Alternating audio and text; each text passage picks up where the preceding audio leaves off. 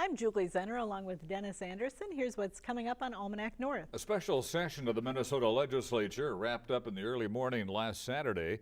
And when things were sorted out, the city of Duluth did quite well. A state grant will help northern St. Louis County launch the Thrive Range Suicide Prevention Initiative. And a third airline has landed in Duluth. That story and more in the business news. It's all coming up next on Almanac North.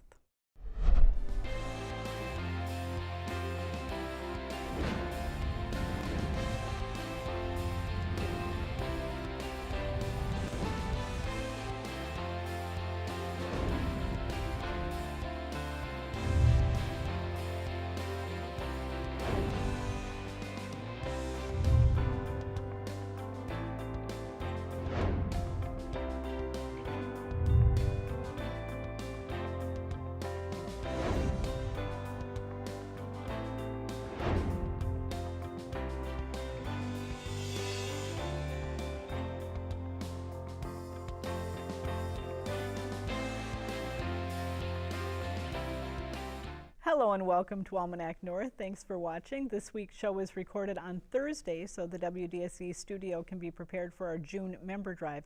We'll have more on that later, but right now, here's Jenny with our first guests. All right, thank you very much, Julie, and welcome again, everyone. Minnesota lawmakers worked overtime last weekend to complete the 2019 legislative session. With Democrats controlling the House and Republicans in charge of the Senate, the compromise was needed to come to an agreement on the budget.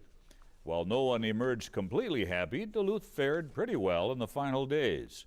Here to tell us more is Representative Liz Olson, a Democrat from Duluth, and Liz is also the House Majority Whip. And Senator Erik Simonson is also a DFLer from Duluth. Welcome to both of you. Thank you very much for being here. Want to also mention we did reach out to Republican lawmakers from this region, but none of them was able to be here today. Liz, let's start with you. As a whole, what did you think of the legislative session? I think Duluth, as you mentioned in your opening, did quite well, considering we're in a divided government, the only divided government in the nation. And to come away with a budget deal with, minimal kind of fireworks at the end, I think is really good. And to have, a compromise where no side is completely getting everything. But I think, again, we fared really well as a region in what came out of this session. And I think we can be proud of the work that was done. And there's more to do. We're not done, and we have to go back and continue to work and do more that was kind of left on the chopping block, some key policy pieces that we weren't able to do. But I think overall, Minnesotans can be happy with the output of the legislative session. Senator Simonson, did your expectations heading into this session kind of line up with reality? Well, I think I tried to keep my expectations low. I've learned that doing that, you usually get a pleasant surprise at the end. But with, as Representative Olson said, with a divided government, you just never know how it's going to shake out. And I think it was a tough session, but the end result is pretty reflective of how we came together at the end and made something work for Minnesota. The governor's 20-cent a gallon tax increase for gasoline really got nowhere. Is that a dead issue, or will that be brought up again? Well, it's not going to go away. I mean, we still need a dedicated revenue source. The Senate Republicans dug in pretty hard on that issue, and they weren't going to give there. But going forward, this is not going to go away. It's going to continue to be an issue, and until we can find some funding mechanism where we can dedicate funds to transportation, because we do need to free up those general fund dollars and put them back into places like education and HHS. And yet there is a funding bill that did pass for Duluth, so we're not leaving. We're not out in the dark here. We are getting some monies. Yeah, we did. So Duluth did well. We had our sales tax, the street tax that had been passed, by overwhelming approval by the citizens in Duluth. Right. We just needed legislative approval. So we were able to do that, which is great. We were able to do the downtown medical district, which was a series of projects for St. Luke's and Ascension, the city, that will greatly benefit the region. I mean, we have a whole host of local government aid and increase in that. So kind of dollars coming to Duluth for economic development and be able to help with the city's budget and infrastructure. We did well in that, as well as a whole bunch of other things too, but there were some big top line issues, yes. How difficult is it for folks from up here to go down to St. Paul and make the case for investments in Duluth and northern Minnesota? Do you find that your colleagues down in St. Paul are pretty willing to invest in this region? Takes a lot of effort. It's a really big education piece, and it really comes down to relationships. You have to develop relationships with other lawmakers, because it's not just you telling your story, it's them believing what your story is and understanding what your need is. Oftentimes our needs are very similar between Greater Minnesota and the Metro, but at the same time they're unique. So being able to tell that story and have those relationships with those folks makes a big difference. The mayor of Duluth went down to the Capitol several times to lobby. Did that help? Definitely. I think to the point that Duluth is not just a city outside of the metro area, it's of regional significance. And I think people look to Duluth to lead in Greater Minnesota, and we have a really great mayor that can champion for our region and bring the voice of Greater Minnesota and Duluth and the Northeast to the Capitol and really work together, because what's going to benefit, Duluth is going to benefit the entire Northeast region, and I think she really made a good case for that when she came down. And generally pretty likable person as well. Let's talk about some of the big bills that passed. Health and Human Services, you were really lobbying for some elder care protections. Talk about what were the successes in that bill in particular? I think in particular, we talked about the gas tax, and that gets a lot of attention, but one of the big successes of the session was the provider tax. That was set to sunset. So we were able to keep the provider tax with no sunset, just a decreased percent, 1.8%, which is still significant, because without that we would have been having to really chop our Health and Human Services budget. So that was a big win. With that, then we were able to do some significant pieces of our healthcare, making sure that we're maintaining healthcare coverage for our most vulnerable, that we're expanding some coverage options for families with disabilities, a whole set of kind of things structurally. But beyond that, the elder care legislation was something I had worked on in the past, and Representative Schultz really took the reins on this year. That is long overdue, and so we passed that piece of legislation, which will now require licensure of assisted living facilities, when we're the only state in the nation that was not licensing and regulating our assisted living facilities. So it's a pretty landmark piece of legislation that passed this year. So we did a lot with our Health and Human Services budget, but big thing was that provider tax. Was it a surprise to you that the Republicans made that concession? Well, I think they had to. We saw the Senate Republican budget and what they put out in their Health and Human Services, and it was, even they didn't like what they saw without a provider tax. And so they came to realize pretty quickly that they were going to need to have some revenue generation even to maintain basic services for people, let alone be able to expand any sort of coverage that people needed. Senator, $6.6 million in federal funds will be made available now to provide more security for elections here in Minnesota.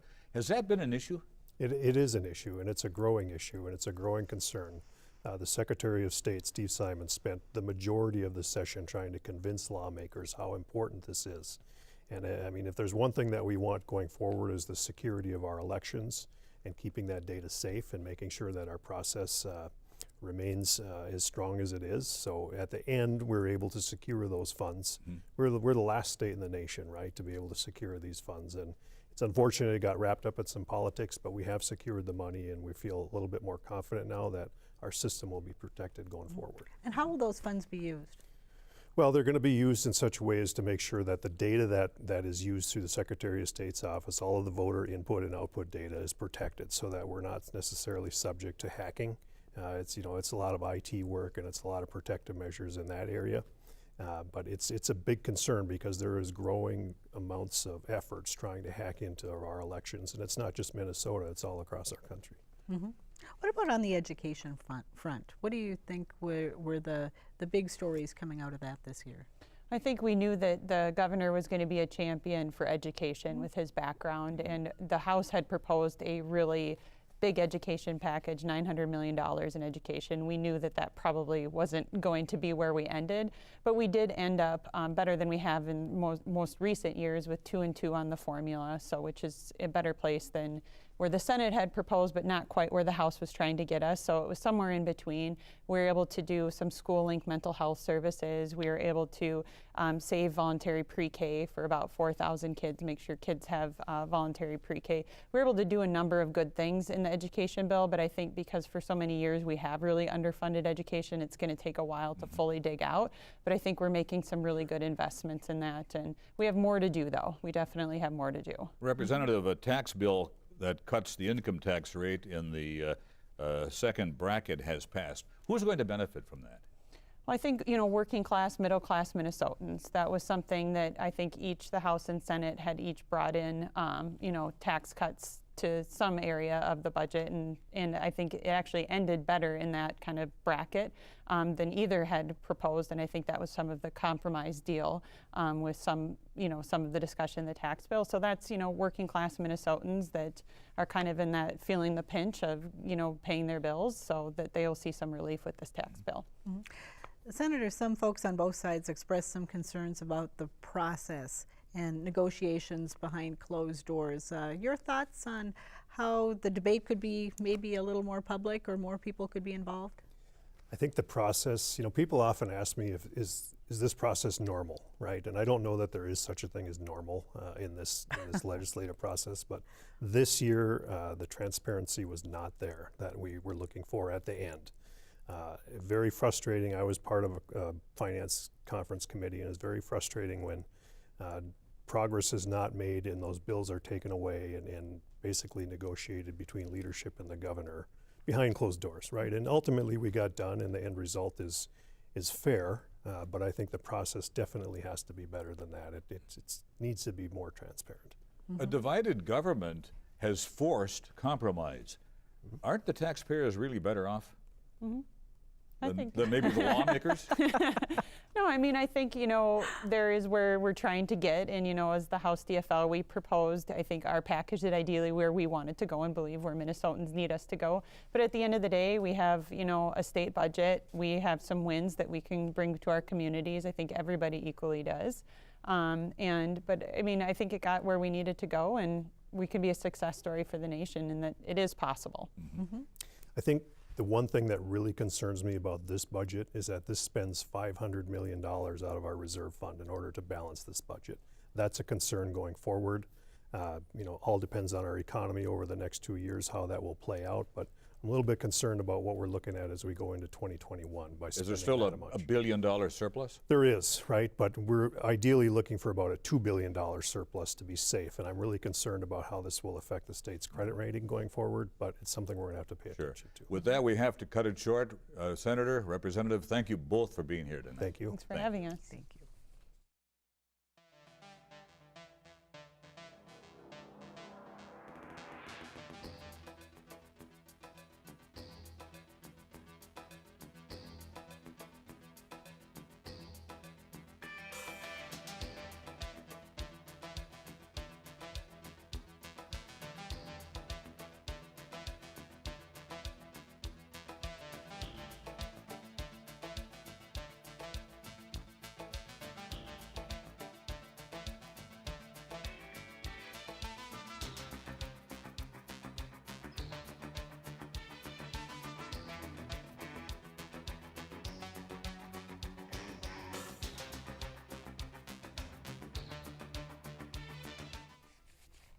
It's a startling statistic. Suicides have increased by 40% in Minnesota over the past 20 years. In St. Louis County, the suicide rate is 1.5 times higher than it is in the Twin Cities area.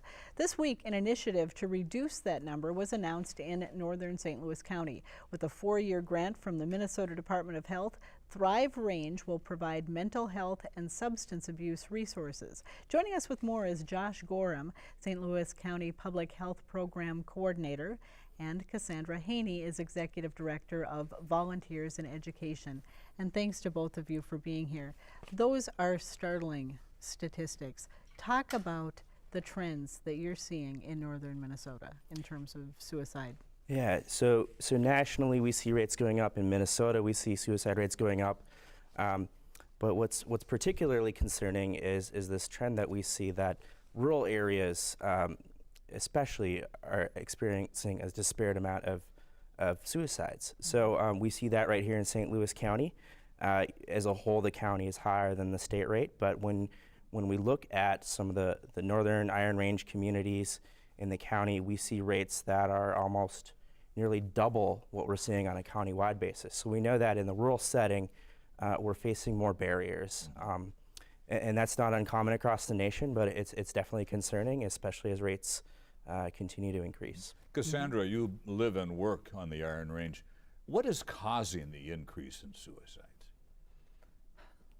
That's a fantastic question, and I don't have a good answer for what's causing the increase, and I think that's part of what we're looking at. And so one of the things we'll be doing is making sure that folks have resources, that there's a campaign to reduce stigma around mental illness.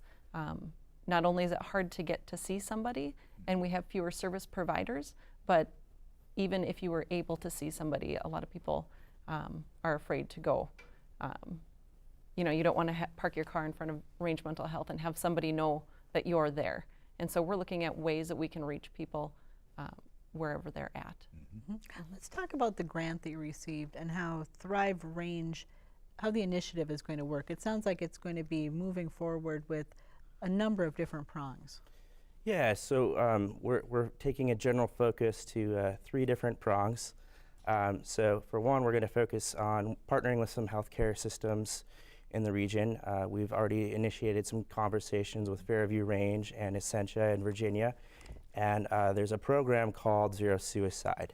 We're fortunate to be able to partner with Dr. Ursula Whiteside, who's a Hibbing native and a national leader in suicide prevention research, who's also national faculty for Zero Suicide. And what Zero Suicide is really representing the most recent national recommendations for treating and serving patients who might be struggling with mental health or substance use.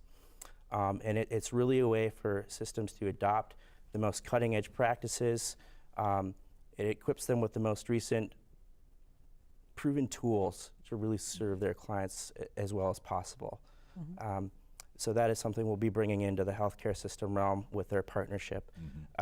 Another angle we're taking is a community approach, and as Cassandra so nicely stated, it's really difficult to access providers in northern St. Louis County, Iron Range sometimes. You have the fear of stigma, you have distance, many factors. So what we've just launched yesterday is a website called thriverange.org.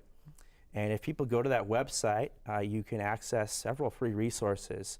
Resources that are kind of like the stop, drop, and roll of how do you handle a mental health crisis. If I'm struggling in the moment, just like if my clothes caught on fire, I can stop, drop, and roll. There's a stop, drop, and roll for when you're dealing with some mental health challenges. There are other resources like free therapy, some tailored specifically for men. We know that men have a substantially higher suicide rate, and so the approach that you take with men needs to be different. And we also have access on there to all the crisis lines, text lines, all kinds of great resources. Cassandra, this brings up the question, is there counseling available in northern St. Louis County for survivors of suicide? There are some groups available to folks to get together and talk, but the distance is an issue and the stigma is an issue. I think what we are coming to learn as a community is that it affects all of us. And so unfortunately, mental illness and mental health struggles can really isolate families. They pull in and they are concerned about the reflection it's going to have on them or that they did something wrong. And so part of this is also just making it everybody's issue. So we're all talking about what needs to happen next. Does drug use fit into the quotient somehow? Illegal drugs? Yeah, not all people who struggle with mental illness obviously use. However, drug use and alcohol use are a symptom of almost every mental health mental illness. And so it's something that definitely comes up frequently. We also have some free resources for folks that are dealing with substance use struggles. Cassandra, how will the grant funds support the work that's being done in schools in northern Minnesota? There is so much that our teachers are asked to do on a daily basis, from teaching kids at all levels within the same classroom to dealing with mental health crises. So we are really looking to partner with schools and offer them more resources, ask them what it is they need so we can support them. There is a program that Josh will be trained in called Hope Squad, which will be offered to schools, but we want to make sure that we are providing them the services that they need that are useful to them and that are going to be sustainable going forward. We know that they are already quite strapped for resources, so making sure that we are adding to the support that they have, not adding to their plate. Are kids facing greater pressures that you see may be contributing to the high number of teen suicides these days? It would be difficult for me to articulate that directly, but what I can say is that when we look at the data from the Minnesota Student Survey, we see rates of depression increasing. Sure. We certainly see numbers of suicides increasing, and also just having thoughts about suicide are increasing.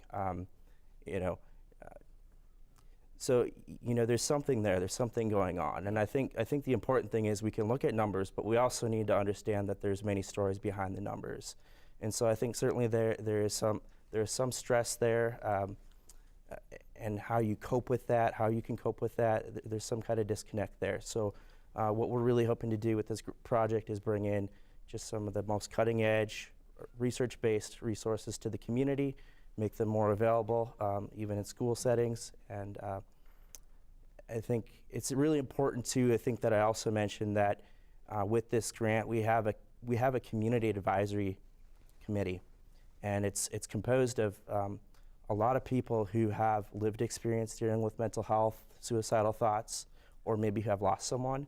And their voices being involved in this project are really going to help us understand how to guide and steer this project. Is suicide increasing amongst the elderly? Off the top of my head, I don't have a good answer for you on that. I don't have an answer for that right now. I will say that when we talk about stigma, I do feel that the youth are a little bit better about talking about things that are going on, which is a great boon to this effort.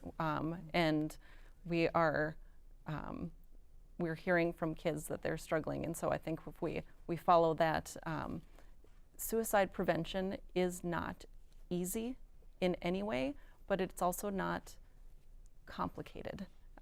Just being there and talking with somebody and making yourself available if somebody's not okay, to stay with them has a dramatic impact. We really can make an impact. And so starting with younger kids helps because it makes them comfortable talking about their issues as they get older and face challenges, I imagine. Absolutely. All right. Well, thank you so much for coming in and sharing this. Congratulations on the grant, and good luck in your quest to end suicide in our region. Thank you. Appreciate Thank you both. Thank you.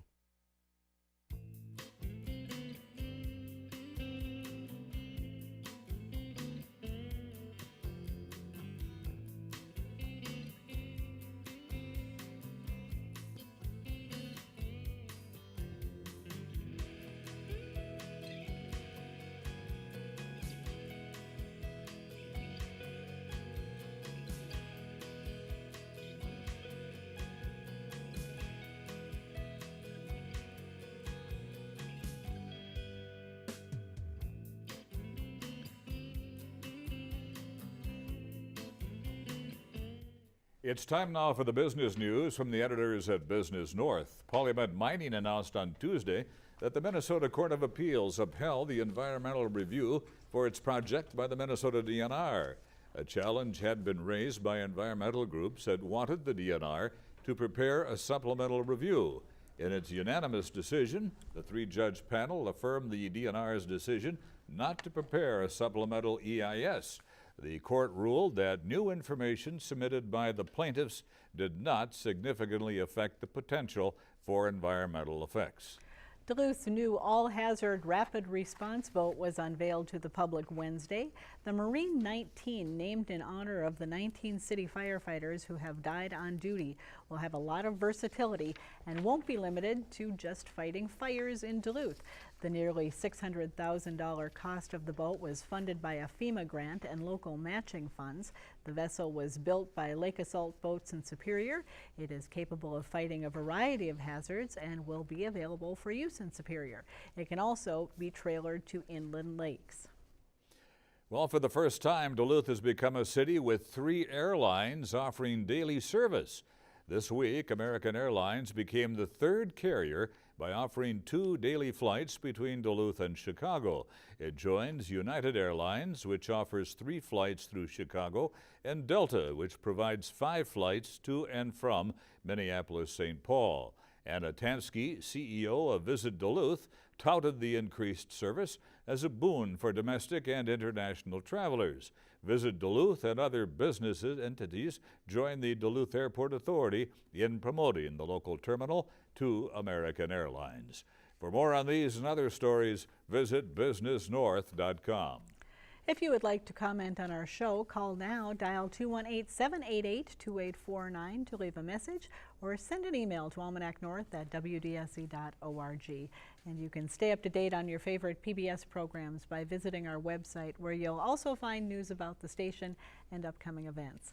And Denny, there are really a lot of great programs coming up during the station's June membership drive. This is one of my favorite times of the year. Great programming indeed. Always great programming, but especially the membership drives really draw people in. And I personally am looking forward to the Prince special and to great gardening on Thursday There you night. go. So for Denny and the crew here at Almanac North, I'm Julie Zenner. Have a great weekend. We'll see you next time.